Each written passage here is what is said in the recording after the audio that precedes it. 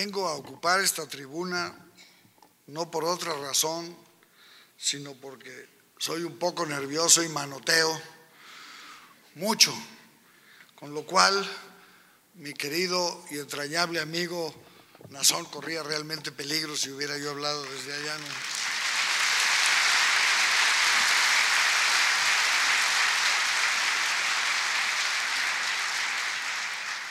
Corría más peligro él que Edgar, porque manoteo más hacia la izquierda que hacia la derecha, como verán ustedes.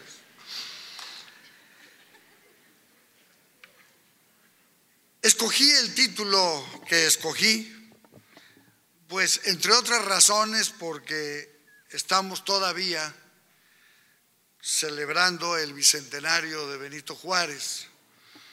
Y bueno, aunque se trata de un personaje que tiene ya mucho de haber desaparecido de la escena pública viviente, creo que en muchos sentidos encabeza o representa un movimiento de la historia de México que resulta fundamental. No hace mucho, justamente con cargo a este bicentenario, en una actividad que llevó a cabo, perdónenme el comercial, pero la única comisión municipal que se creó en nuestro país para celebrar el bicentenario de Benito Juárez en el municipio de Zapopan, que entonces estaba en manos del Centro Político Mexicano, ahora ya volvió al redil y está bien ubicado en la ultraderecha. En fin, en una actividad de estas, un ponente empezó su participación diciendo, lo cuento además porque después de lo que se ha dicho y de lo que voy a decir, por lo menos esto deja un aire de esperanza.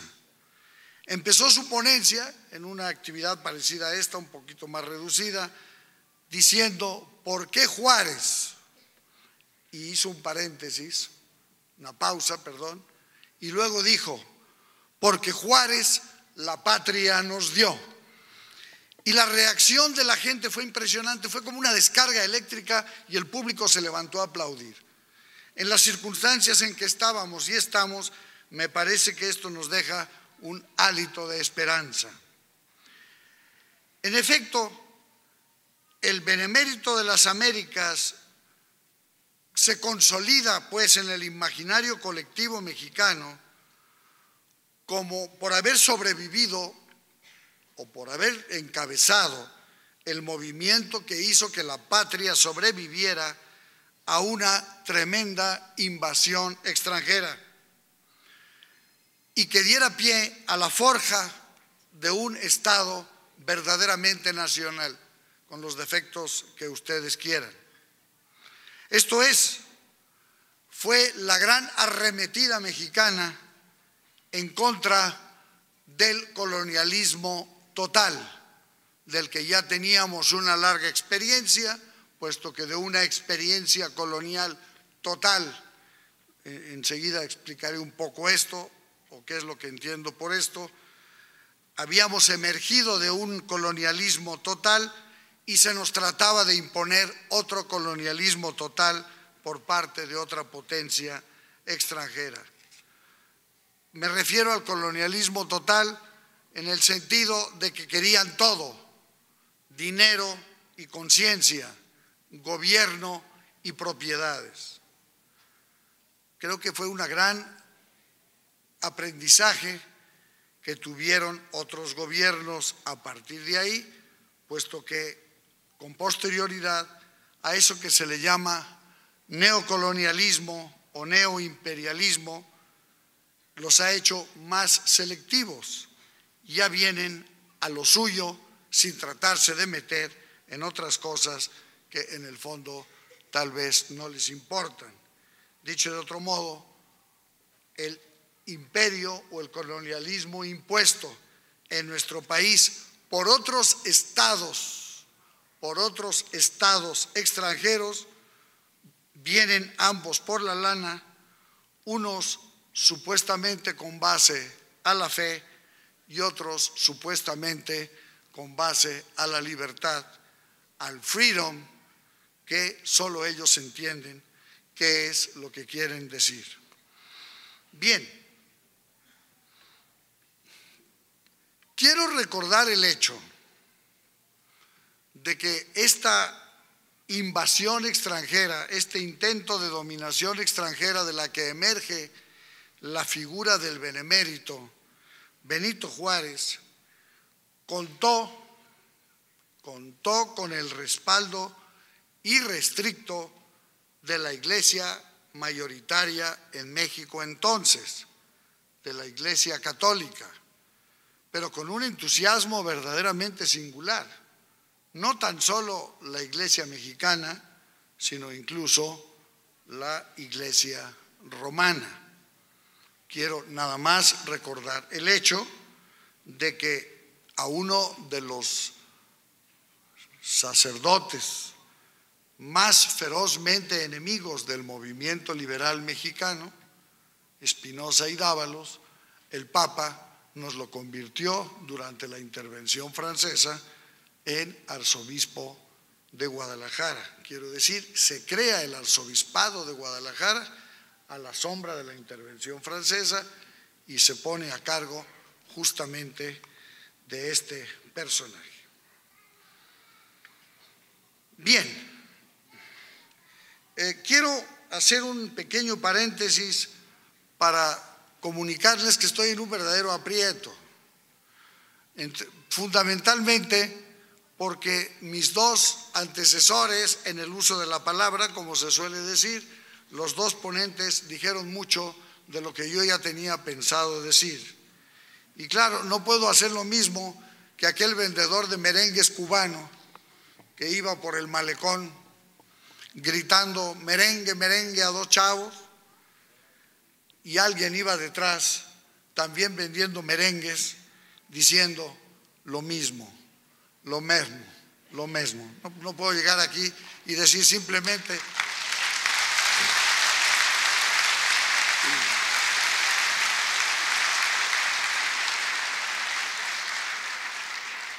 estoy totalmente de acuerdo con Edgar y con Rosario y ya me voy.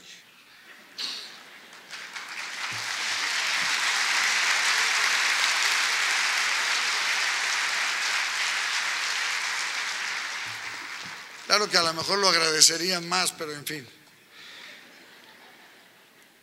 Quiero decirte, Rosario, nada más para, en fin, ahondar un poco en lo que dijiste, que no hace mucho un ilustre mexicano oriundo de Yagualica, Jalisco, alteño, tuvo a bien declarar públicamente frente a la televisión, pues ya no puede ser más público, porque hoy día parece ser que lo más público de todo es la televisión, que los males mayores de nuestra sociedad no estaban en todas estas cosas que has estado señalando tú, sino estaban en el hecho de que las mujeres trabajan. Se llamaba este hombre, se llama, ojalá se llamara, se hubiera llamado, responde al nombre de Juan Sandoval Íñiguez. Con esta perspectiva de un príncipe, de todo un príncipe de la Iglesia Católica, pues excuso decirte que vas mal por el camino que estás marcando. Bien, y de la misma tesitura es esta presentación que nos acaba de hacer Edgar, en el sentido de, bueno, ha hecho unos planteamientos que si las cosas siguen como están, pues más vale que duermas con la maleta hecha debajo de la cama, porque cualquier chico rato vas a tener que salir corriendo de este país. En efecto, no soy muy optimista por la situación. Hemos vivido desde hace muchos años la presencia de dos estados la intervención de 2 estados extranjeros, en fin, de 2 estados dentro del Estado mexicano, que además han representado una enorme sangría económica. Yo creo que nadie es capaz ni siquiera de imaginar cuántos dólares se han ido por concepto de la explotación, en fin, por concepto de la extracción, por concepto de los negocios que se han hecho en nuestro país. Pero yo creo que es más difícil de calcular todavía cuántas liras italianas han salido también por concepto de las limosnas que se entregan a las iglesias mexicanas. Estoy absolutamente seguro de que es muchísimo más, pero es más difícil averiguarlo que conocer la fórmula de la Coca-Cola.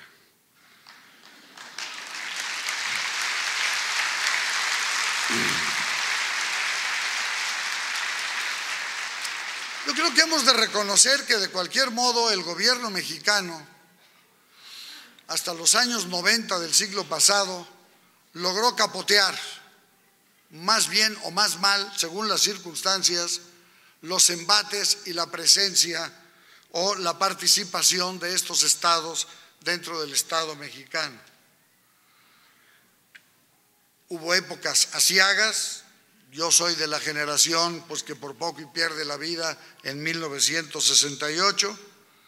No puedo guardarle mucho cariño pues al señor Gustavo Díaz Ordaz, pero soy de la generación que también cobró conciencia que lo sucedido en la primera mitad de la época de los 90 nos iba a costar muy caro.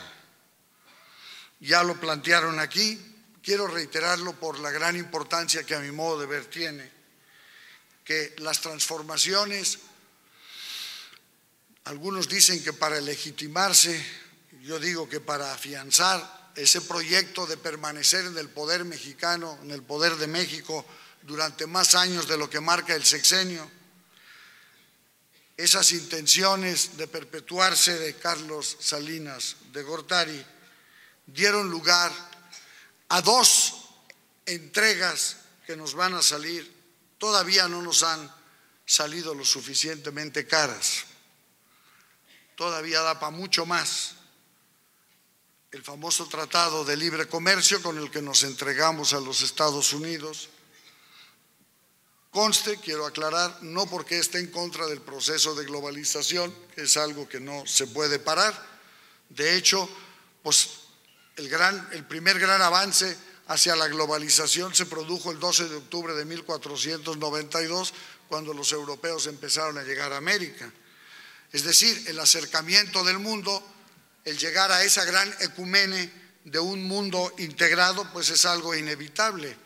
Pero lo que sí se puede evitar es que ese proceso de integración sea un proceso de entrega y de sometimiento a los criterios económicos que no nos convienen, que, y a las pruebas me remito, lo único que han hecho es perjudicarnos. La globalización sí, pero la globalización se podía haber realizado con un criterio mucho más nacionalista.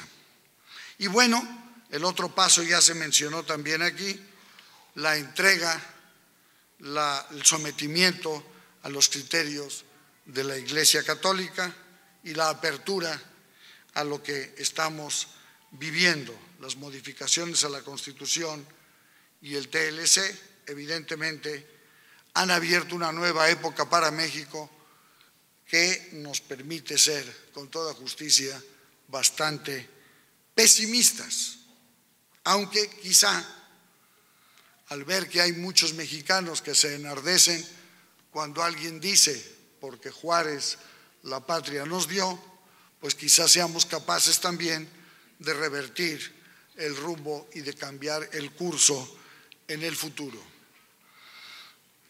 Sin que Andrés Manuel López Obrador sea mi personaje preferido, tengo bastantes discrepancias con su modo de ser y hacer, evidentemente, para mí era el menos malo y voté por él, aunque dicen que el voto es secreto, pero bueno, ya pasó.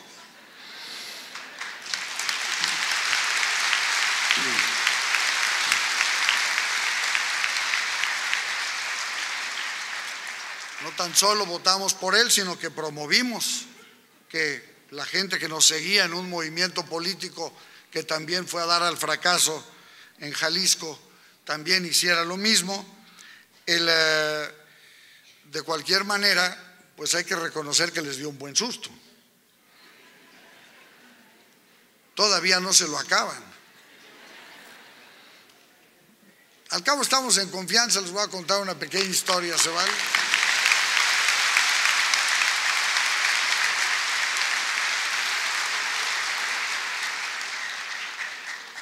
El miércoles posterior a las elecciones, que es cuando estaban las cuentas en su momento álgido, por la tarde fui a visitar a un amigo rico,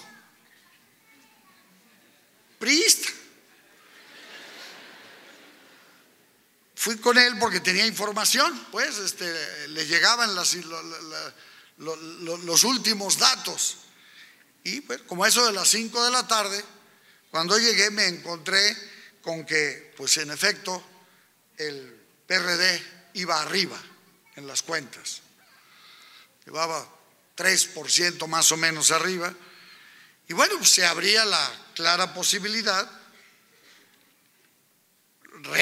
era real la posibilidad de que un grupo de izquierda, más o menos, llegara a la presidencia de la República. En otra parte de esa gran casa había un grupo de damas encopetadas jugando baraja.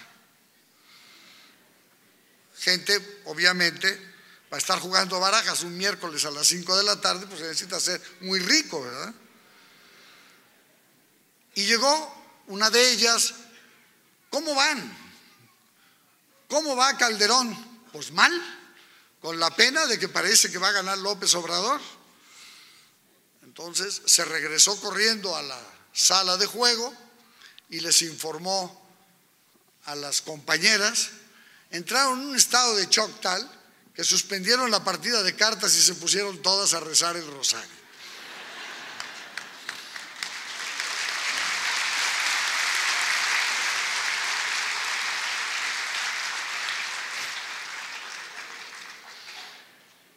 Calderón no lo sabe, pero gracias a ellas fue que finalmente ganó, seguramente.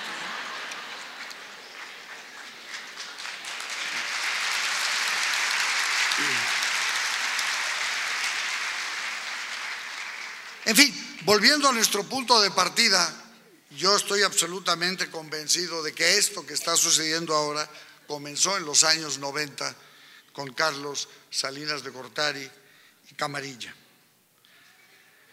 Pero, ¿dije algo mal? Perdón. Pero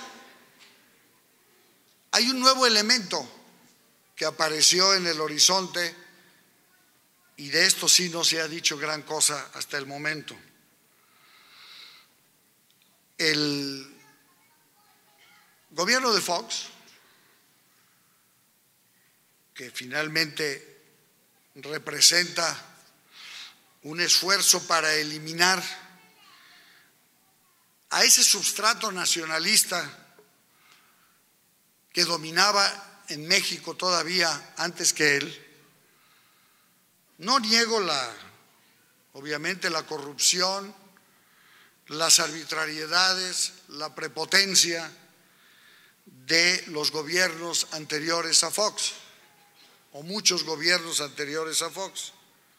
No niego que las huestes del Partido Revolucionario Institucional estaban plagadas de gente de lo más detestable. No lo niego. Estoy plenamente consciente y lo comparto. Pero también hemos de estar de acuerdo en que había en esa gran organización un peso nacionalista importante que estorbaba este proyecto emprendido por Carlos Salinas y compañía. En fin, ese nuevo proyecto para transformar a México en otro tipo de país. La magia de Fox fue encontrar esa frase y hacernos creer a todos que con sacar al PRI de Los Pinos las cosas cambiarían para bien. De hecho, desde el día que tomó posesión y formó su gabinete, quedó claro lo que algunos ya intuían, y por ahí lo escribí, no crean que estoy hablando a toro pasado, de que eventualmente lo que se estaba planteando con el cambio de Fox era un gran cambio para que las cosas siguieran exactamente por el mismo camino. Esto es un cambio para que todo siguiera igual. Algo que ha sucedido varias veces en la historia de la humanidad. En efecto, al perderse el peso nacionalista, al entrar incluso el nacionalismo en un gran desprestigio, el ser ya incluso en algunos ámbitos motivo de broma o de botana o de escarnio. Ya te estás envolviendo en la bandera, me dijeron alguna vez. Ya no salgas con eso ya está pasado de moda, ¿no? Bueno, evidentemente todo depende de lo que entendamos por nacionalismo. Hay ese nacionalismo cerrado, alguien lo llamaba, lo puede llamar chauvinista, por un tal Chauvin, que era un nacionalismo muy acelerado francés, pero el nacionalismo que entiende que en este mundo globalizado, que implica relaciones armónicas con el resto de la comunidad internacional, pero que implica poner nuestros intereses por delante, los intereses de nuestro país, los intereses de los mexicanos. No me parece ni fascista ni reaccionario el pensar que debo de preocuparme primero por mi gente. Es hasta una reacción animal del ser humano que empieza por defender a los suyos, sus familiares, sus vecinos, sus conciudadanos y evidentemente sus compatriotas.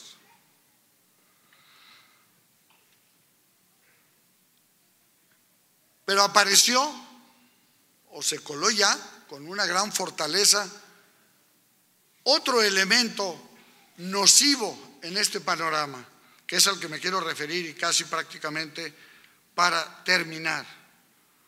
Se abrieron las puertas a nuestros enemigos ancestrales de la península ibérica. Apareció la España negra, lo que Unamuno llamó la España negra. Apareció el neofascismo o el neofranquismo español encarnado por su Partido Popular. Y no invento nada, el propio Aznar, el propio expresidente Aznar, vino a México a declarar públicamente que estaba a favor de Felipe Calderón. Y luego, algo que comentábamos con detalle ayer, sabemos bien que hubo una oficina del Partido Popular que se trasladó a México con el patrocinio del cuñado del actual presidente de los Estados Unidos mexicanos, un señor de un nombre sospechoso, Hildebrando, para desarrollar la campaña al estilo nazi, la campaña al estilo Goebbels, en contra de cierto tipo de personajes de la política mexicana, haciendo finalmente creerle al pueblo mexicano que el mayor peligro era López Obrador. Y tenemos pruebas más contundentes todavía en nuestro pequeño espacio jalisciense de cómo maniobraron con gran habilidad para degradar el nombre de nuestro candidato al gobierno de Jalisco, haciendo creer a la gente que era narcotraficante con pruebas o con documentos prefabricados por la propia oficina, esta a la que estoy haciendo referencia, que encabeza un señor Solá, cuyo nombre no me puedo aprender, Edgardo, pero tú me lo podrás decir. Esto es real, fue un hecho. El propio López Obrador lo percibe en un momento dado en el último diálogo televisivo. No sé por qué no se explotó al asunto al final. Pero es que esto es la punta de lanza o la punta del iceberg de un proceso que ya se desarrolló durante el foxismo de inversiones muchas y muy grandes de españoles empresarios ligados al Partido Popular, esto es, a este movimiento reaccionario, neofranquista, neofascista, neonazi, es decir, lo que el propio Unamuno llamó, repito, la España negra, en las dos grandes Españas que siempre han existido, la peor de ellas, las tenemos metidos ya hasta la médula de los huesos. ¿Con el apoyo de quién? De la Iglesia Católica Mexicana, asociados incluso económicamente con la Iglesia Católica Mexicana. ¿Qué quiero decir con eso? No voy a defender la oportunidad del laicismo, lo hemos dicho y estamos todos convencidos de ello. Lo que sí quiero señalar es lo que ya se apuntó aquí, creo que vale la pena subrayarlo, que es el hecho de que sí realmente estamos en peligro de una gran regresión histórica para volver a una suerte de Estado teocrático del que no han podido salir algunos países latinoamericanos, del que no ha salido del todo la propia España y del que nosotros aparentemente estábamos liberados. El laicismo que podemos perder es indispensable para el desarrollo de la mente libre, para el desarrollo de las ideas nuestras, para el desarrollo de nuestra identidad, para ser lo que somos y no lo que otros quieren que seamos, en su beneficio y no en beneficio del nuestro. Muchas gracias.